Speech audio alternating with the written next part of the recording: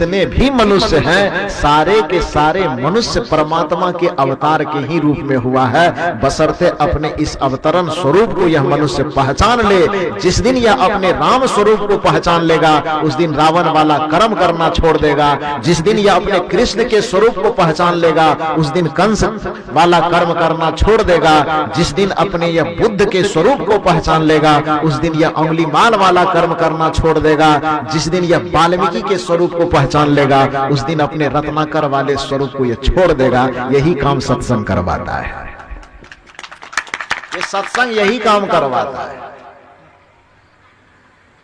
सत्संग केवल आपको अपना बोध करवा देता है कि आप ही राम हो, आप ही कृष्ण हो, आप ही बुद्ध हो, आप ही कबीर हो, आप ही महावीर हो। आपके अंदर वो सारी चेतना, आपके अंदर वो सारी शक्ति मौजूद है और उस शक्ति का उद्घाटन करने का नाम ही भक्ति है।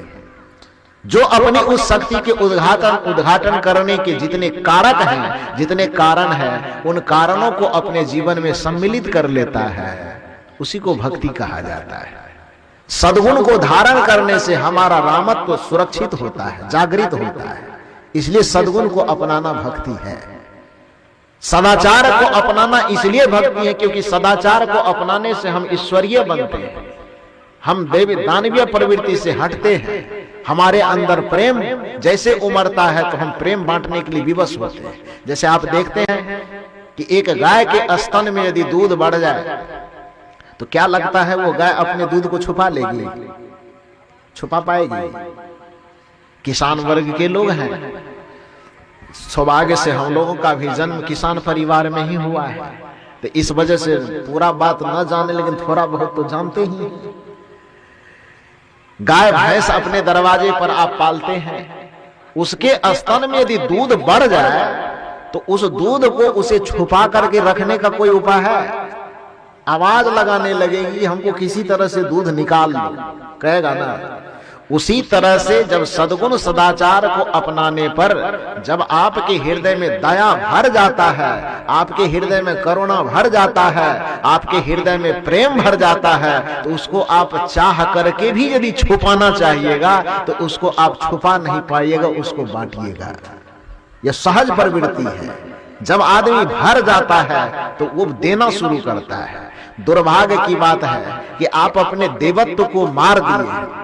दुर्भाग्य की बात है कि देवता बनकर के इस धरती पर तो आए लेकिन कुसंग में पड़ करके उस देवत्व को मार दिए हैं। दुर्भाग्य की बात है कि वो रामत्व, वो शिवत्व लेकर के आप इस धरती पर तो आए थे लेकिन कुसंग को विचार कुसंस्कार में पड़ करके उस ईश्वरीय शक्ति को आपने दबा दिया है, दफना दिया है, उसको मार दिया है। उसको केवल जगाना है, इसी के लिए सत्संग किया जाता है। कल्पना कीजिए कि अभी लाइट आपके सामने में जल रही है, लाइट जल रही है, कोई उच्चृंखल आदमी आवे इस लाइट के ऊपर में एक कपड़ा लपेट दे तो क्या होगा? तो लाइट बुझ जाएगी। कपड़ा लपेटने से लाइट बुझ जाएगी? बुझेगी नहीं, लेकिन फिर भी क्या होगा? रोशनी कम पड़ जाएगी, पड़ेगी ना। फिर वही आदमी आवे उसके ऊपर में एक कपड़ा और लपेट दे, तब क्या होगा? लाइट बुझ जाएगी। तब क्या होगा? रोशनी और घट जाएगी। इस तरह से करते करते करते करते 25 बार कपड़ा लपेट दे, क्या होगा? अंधेरा छाएगा जरूर, लेकिन अंधेरा छाने का ये अर्थ होगा कि लाइट बुझ गई है। लाइट बुझने के कारण अंधेरा छाया है कि दूसरे कारण से अंधेरा छाया है? अंधेरा है, लेकिन अंधेरा होने का ये अर्थ कतई नहीं है कि लाइट बुझ गई है। लाइट अभी भी जल ही रही है। फिर बुझा हुआ प्रतीत क्यों होता है? प्रतीत इसलिए होता है क्योंकि उसके ऊपर में कपड़ों का परत लिपटा हुआ है। तो जैसे कपड़ों के परत से लिपटे होने के बावजूद भी उसके अंदर में, कपड़े के अंदर में रह करके भी लाइट जल ही रही है, उसी प्रकार से जो कुसंग और कुविचार का आवरण हमने डाल रखा है, कुसंस्कार का आवरण हमने डाल रखा है, कुसंग का आवरण डाल रखा है इस आत्मा के ऊपर में, जिसके कारण से इस आत्मा की जो छिपी हुई शक्ति है वह शक्ति सीमित हो गई है, वह सिकुड़ गई है। लेकिन इसका यह अर्थ नहीं है कि आत्मा परमात्मा की शक्ति से संपन्न नहीं है, आत्मा ईश्वरीय शक्ति से संपन्न नहीं है। आत्मा ईश्वरीय शक्ति से संपन्न होने के बावजूद भी, जैसे लाइट जलने के बावजूद भी यदि कपड़ों से लिपट जाए तो कपड़ों के आवरण के कारण वह बुझा हुआ प्रतीत होता है, उसी प्रकार से आत्मा रामत्व, शिवत्व, ब्रह्मत्व की शक्ति से संपन्न होने के बावजूद भी कुसंग, कुविचार, कुसंस्कार के आवरणों से लिपट जाने के कारण वह मुरझाया हुआ और बुझा हुआ प्रतीत होता है। यह सत्संग केवल यह कहता है आपसे कि जो कुसंग के कारण, कुसंस्कार के कारण जिस गलत आदतों का आवरण आपने इसके ऊपर चढ़ा लिया है उसको हटा दो। उसको हटाना ही भक्ति कहा जाता है। और इस भक्ति को न जानने के कारण हम क्या करते हैं, कबीरन भक्ति बिगाड़िया, कंकड़ पत्थर धोई, अंतर में विष राखी के अमृत डारन खोई। जिस भक्ति से हमारी मुक्ति होनी संभव थी, भक्ति का वही कार्यक्रम करके हम और बंधन में पड़ जाते हैं। तो मैं अपनी बात की शुरुआत इस बात से की कि जैसे एक पक्षी को आसमान में उड़ने के लिए तीनों पंख की मजबूती की आवश्यकता है, सदगुरु कबीर का दर्शन, सदगुरु कबीर का चिंतन यह कहता है कि हे मनुष्य, तुम्हारे भी जीवन को इस भोग विषय वासना के दलदल से ऊपर उठा करके अपने आत्म स्थिति, स्वरूप स्थिति के आकाश में उड़ने के लिए तुम्हें 3 पंखों को मजबूत करना होगा। पहला पंख क्या है? कर्म। दूसरा पंख क्या है? भक्ति। और तीसरा पंख क्या है? ज्ञान।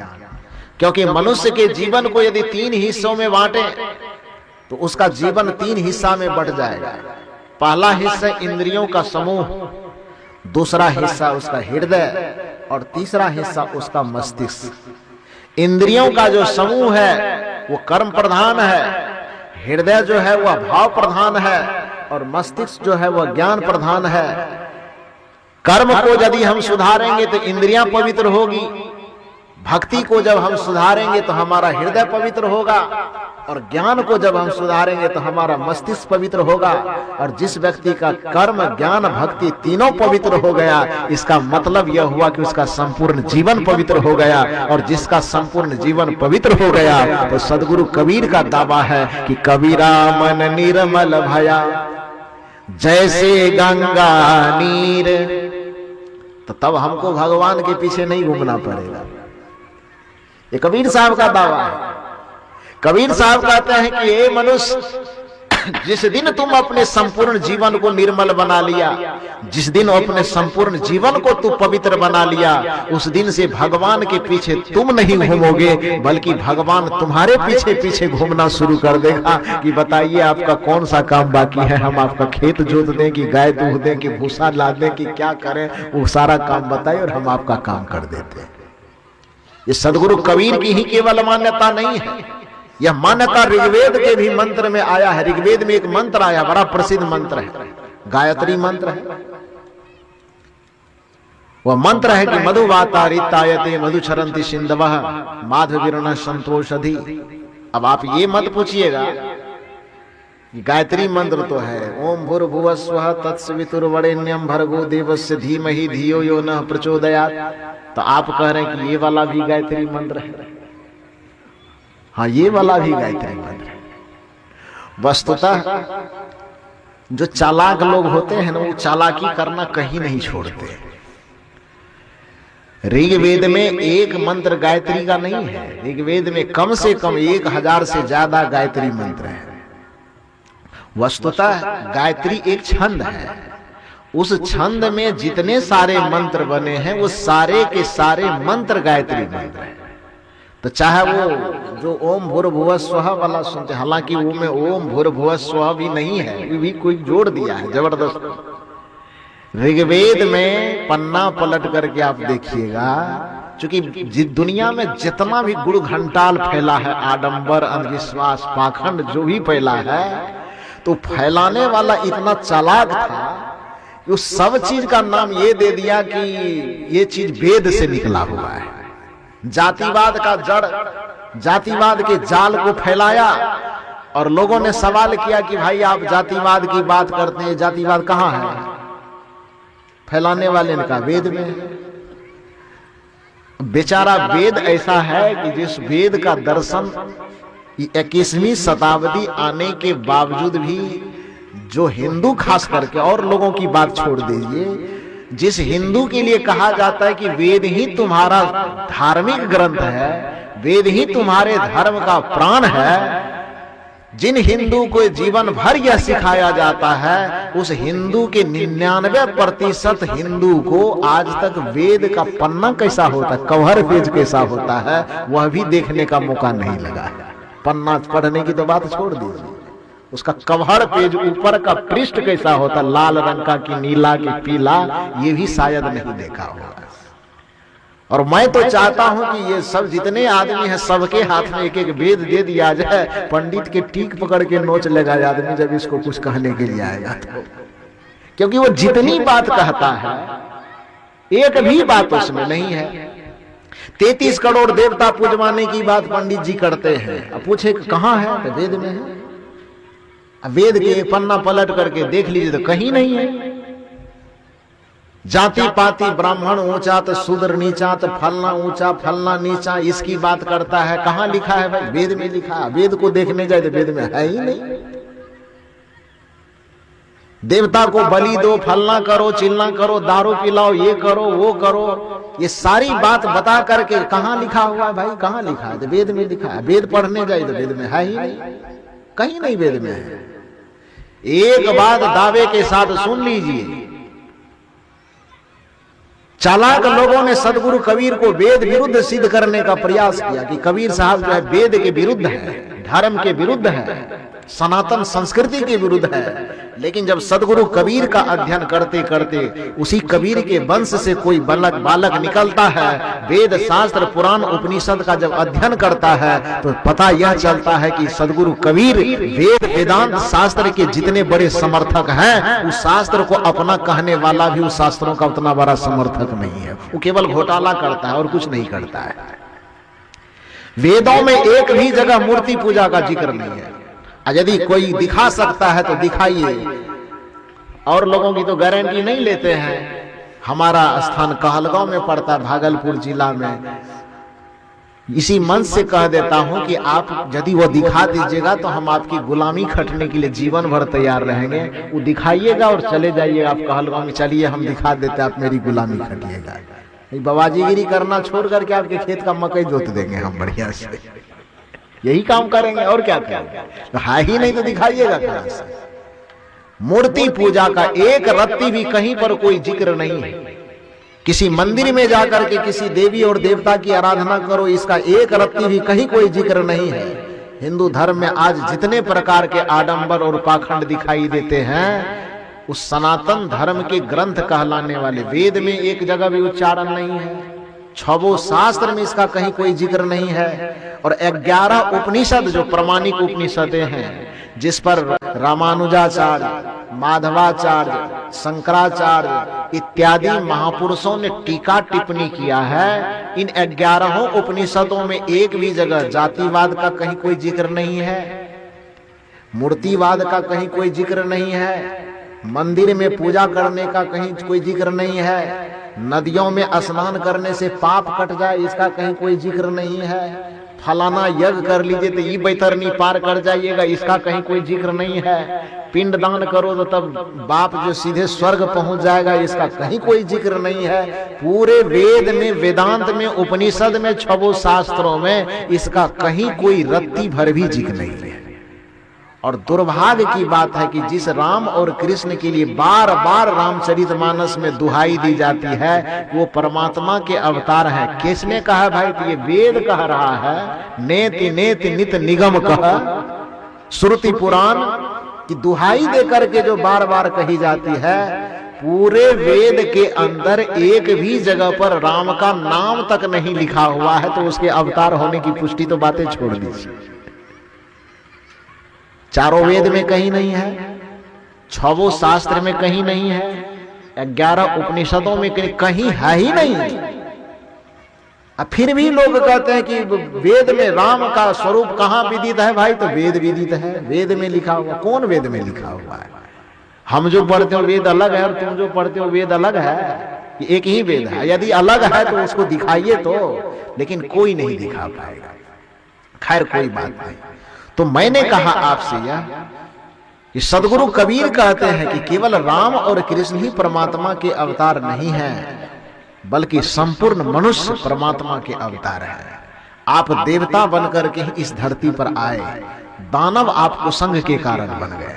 यह सत्संग की जिम्मेदारी है, भक्ति की जिम्मेदारी है, ज्ञान की जिम्मेदारी है कि यह आपको कुछ बनावे नहीं, बल्कि आप जिस रूप में थे उस रूप को सुरक्षित रख दे। यह सत्संग की जिम्मेदारी है। आपको शाकाहारी बनाना क्या है? आप तो शाकाहारी थे, मांसाहारी बने हैं। लोग कहता है सत्संग में जाएंगे ना तो हम शाकाहारी बन जाएंगे। गलत कहता है। लोग कहता है कि हमको सत्संगी बनना है। अरे सत्संगी आप थे ही, वो तो जबरदस्ती आपको संगी बन गए ना। केवल कुसंगी पना को छोड़ दीजिए, आप सत्संगी तो पहले से थे कि नहीं थे? इस संसार में सत्संगी बनकर के ही सारे मनुष्य जन्म लिए हैं। इस संसार में धार्मिक बनकर के ही सारा मनुष्य जन्म लिया है। इस संसार में सारा मनुष्य शाकाहारी बनकर के जन्म लिया है। इस संसार में सारा मनुष्य नशा दुर्व्यसन से मुक्त होकर के जन्म लिया है। ये बात मैं ऐसे नहीं कह रहा हूं, ये बात कबीर साहब ने भी अपने तरफ से कहा है। जहिया जन्म मुक्ता हता, कबीर साहब के बीजक की प्रथम साखी है। सदगुरु कबीर कहते हैं कि हे मानव, याद करो अपने जीवन को। किस दिन को याद करो? तो जहिया जन्म, जिस रोज तू जन्म लिया था, तो छोड़ दो तू वेद को याद करो कि ना करो, पुराण को याद करो कि ना करो। शास्त्र को याद करना झंझट लग सकता है तुमको। राम, कबीर, बुद्ध, कृष्ण, महावीर को याद करना तुमको झंझट लग सकता है, लेकिन तुम्हें अपने जीवन का पहला क्षण याद करना झंझट नहीं लग सकता है। यदि हम कहें रामायण को याद करो तो मुसलमान कहेंगे हम रामायण को मानते नहीं, हम क्यों याद करें। यदि हम कहें कि कुरान को याद करो, कबीर साहब कहे कि कुरान को याद करो, तो हिंदू सनातन धर्मी कहेगा कि हम उसको मानते ही नहीं तो उसको क्यों याद करें। इसलिए कबीर साहब ऐसे महामानव थे, उन्होंने कहा वेद पुराण के झंझट को ही खत्म करो। उसने ऐसा चीज कहा कि जिसको किसी को बोझ न लगे और किसी को ये न लगे कि वो उसका वाला है कि उसका वाला है। किसी वाला याद मत करो, केवल इतना याद करो, अपने जीवन के पहले क्षण को याद करो। ये किसको भारी लगेगा? ये किसको भारी लगेगा? कबीर साहब कहते हैं तुम अपने स्वरूप को समझना चाहते हो, अपने जीवन को समझना चाहते हो तो रामायण साइड रहने दो, गीता साइड रहने दो, वेद अपने जगह, पुराण अपने जगह, कुरान अपने जगह। अरे अपने जीवन के पहला पन्ना को पलटो और पहले पेज को पढ़ो। जहिया जन्म, जिस रोज तुम्हारा जन्म हुआ, मुक्ता हता, तुम मुक्त थे, तुम बुद्ध स्वरूप थे, उस दिन तुम धार्मिक थे। जहिया जन्म मुक्ता हता, तहिया हता न कोई, छठी तुम्हारी हो जगह। जिस दिन से तुम्हारी छठी में हो मन अहंकार जगना शुरू हुआ, तू कहां चला बिगो, उस दिन तुम अपने पद से नीचे गिरते चला गया। उस दिन तू देवता से दानवत्व की ओर बढ़ता चला गया। उसी दिन तू ईश्वर कृष्ण से कंस की ओर बढ़ता चला गया। उसी दिन तुम राम से रावण की ओर बढ़ता चला गया। उसी दिन तू बुद्ध से अंगुलीमाल की ओर बढ़ता चला गया। उसी दिन तू सदाचार से दुराचार की ओर गिरता चला गया। छठी किसे कहा गया? तो स्वाभाविक रूप से जानते हैं कि 5 इंद्रियां हम लोगों के पास है, ज्ञान इंद्रियां, और 5 ज्ञानेंद्रियों का जो संचालन करने वाला है छठा, उसको मन कहा जाता है। उस मन के अंदर जिस दिन से अहंकार जगना शुरू हुआ, बस सब चीज, कर्म भी बिगड़ गया। मन के अंदर अहंकार बढ़ना शुरू हुआ, भक्ति बिगड़ गई। मन के अंदर अहंकार बढ़ना शुरू हुआ, ज्ञान बिगड़ गया। कबीर साहब कहते हैं कि बस वैसी मन के अहंकार का सारा फसाद है। जिस दिन मन के अहंकार से तुम मुक्त थे, उस रोज स्वभावतः तुम मुक्त थे। जहिया जन्म मुक्ता हता, तहिया हता न कोई, छठी तुम्हारी हो जगह, तू कहां चला बिगोई। सदगुरु कबीर कहते हैं कि तुम्हारे मन के अंदर जिस दिन हौं जगना शुरू हुआ, अहंकार जगना शुरू हुआ, तो उस दिन अपने पद से गिरता चला गया, वरना तो देवता बन करके ही इस संसार में पैदा हुआ था, देने वाला बन करके पैदा हुआ था। और जो देने की प्रवृत्ति से युक्त हो जाएगा, स्वाभाविक है कि वो भगवान बन जाएगा। क्योंकि देवता का परिभाषा ये नहीं होता कि देवता बन जाएंगे तो हमारे अंदर 4 सींग लग जाएगा, कि आंख बड़े हो जाएंगे, कि चेहरा गोरा हो जाएगा, ऐसा नहीं। देवता का 2 अर्थ है, ध्यान दीजिए मेरी बात। देवता के 2 अर्थ है। देवता का पहला अर्थ यह है कि जिसमें दिव्यता का समावेश हो जाए उसको देवता कहा जाता है। दिव्यता अर्थ मतलब सद्गुण सदाचार से, दया दिव्य चीज है, क्षमा दिव्य चीज है, सत्य दिव्य चीज है, अहिंसा दिव्य चीज है, ज्ञान दिव्य चीज है, भक्ति दिव्य चीज है, सेवा दिव्य चीज है। तो जिसके अंदर दया आ जाए, क्षमा आ जाए, करुणा आ जाए, प्रेम आ जाए, सत्य आ जाए, सदाचार आ जाए, सहनशीलता आ जाए, सद्भावना आ जाए, सद्कामना आ जाए, तो ये सारे दिव्य गुण जिसके अंदर पनपना शुरू हो जाए, ये सारे दिव्य गुण जिसके अंदर समाहित हो जाए, उसको देवता कहते हैं। दिव्य गुणों का समावेश जिसके अंदर हो वो देव है। यदि स्त्री के अंदर है तो देवी है। ये पहली परिभाषा। तो यदि हमारे अंदर सत्य उतरने लगा, समझिए कि हम देव होना शुरू हो गए। यदि हमारे अंदर क्षमा का भाव पैदा होने लगा, समझिए कि हम देव होना शुरू हो गए। यदि हमारे अंदर प्रेम पैदा होने लगा, समझिए कि हम देव होने लगे। यदि हमारे अंदर सदाचार के समावेश होने लगे तो समझ लेना चाहिए कि हम देव होना शुरू हो गए। और देव का दूसरा परिभाषा ददामि नित्यम सह देवता, जो निरंतर दूसरे को देने की भावना से ओतप्रोत हो, उसको देव कहा जाता है। ये पृथ्वी को हमने देवी कह करके पुकारा, क्यों कहा इसे देवी? क्योंकि पृथ्वी निरंतर हमको देती है। जानते हैं कि वो जड़ है, उसके बावजूद भी पृथ्वी को हमने देवी कह करके आदर दिया। वजह क्या है? वजह सिर्फ इतना है क्योंकि वह पृथ्वी जड़ होने के बावजूद भी निरंतर हमें देती ही है, बदले में वो कुछ लेती नहीं है। अनाज देती है, कौन देती है? पृथ्वी देती है। जल देती है, कौन देती है? पृथ्वी देती है। रहने का आधार देती है, कौन देती है? पृथ्वी देती है। सोने का आधार देती है, कौन देती है? पृथ्वी देती है।